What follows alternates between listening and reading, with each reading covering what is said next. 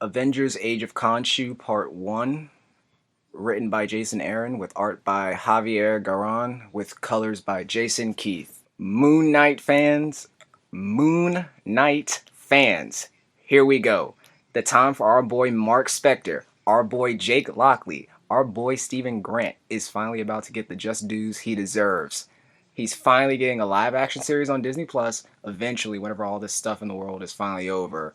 And he's about to lead in an Avengers arc, and I am here for it. Okay, so this story opens with Moon Knight praying outside the city of Kunlun, looking for the Iron Fist.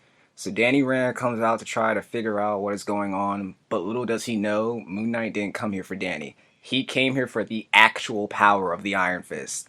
The two come to blows, and Danny tries his best to appeal to Moon Knight's rationale, but Moon Knight apparently does something to the moon which distracts Danny long enough to turn the tide of battle. And using this new Ankh necklace he's wearing, he steals the power of the Iron Fist from Danny. Meanwhile, at the Sanctum Sanctorum, Doctor Strange is fighting off mummies that seem to have been conjured by what Doctor Strange refers to as moon wizards. And now you may be thinking, Doctor Strange is the Sorcerer Supreme. He should be able to easily work a crazy dude. But this particular night is different.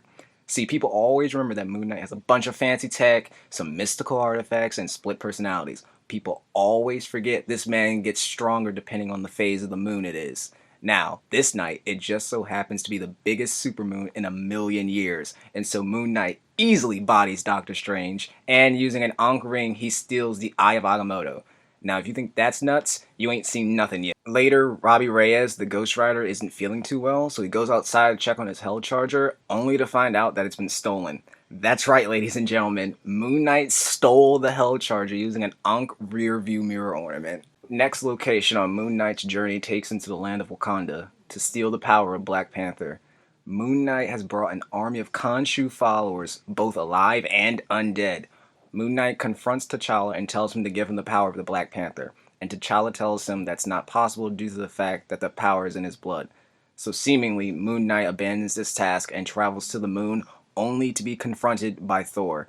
Now, ladies and gentlemen, this is where it gets crazy. Thor confronts Moon Knight and throws his hammer Mjolnir, and before it can strike Moon Knight, this man, Mark Spector, holds up his hand and stops Mjolnir in its tracks in midair.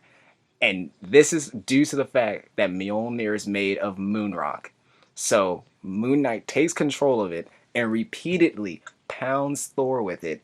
He then calls upon every moon from all over the galaxy and galaxies far away and completely crushes Thor. That's right, ladies and gentlemen. Moon Knight, freaking Moon Knight, completely bodied Thor. The comic ends with Moon Knight telling Khonshu he's collected all he could with the Phoenix, Black Panther, and Starbrand unable to be collected, and that'll have to be enough for Khonshu's goals, which seemingly is to save the world. Jason Aaron continues his supernatural story-centric Avengers stories with a mix of his Avengers BC idea, and if that means we get more Moon Knight love, then I am all for it. I'm going to give this issue a high 9 out of 10.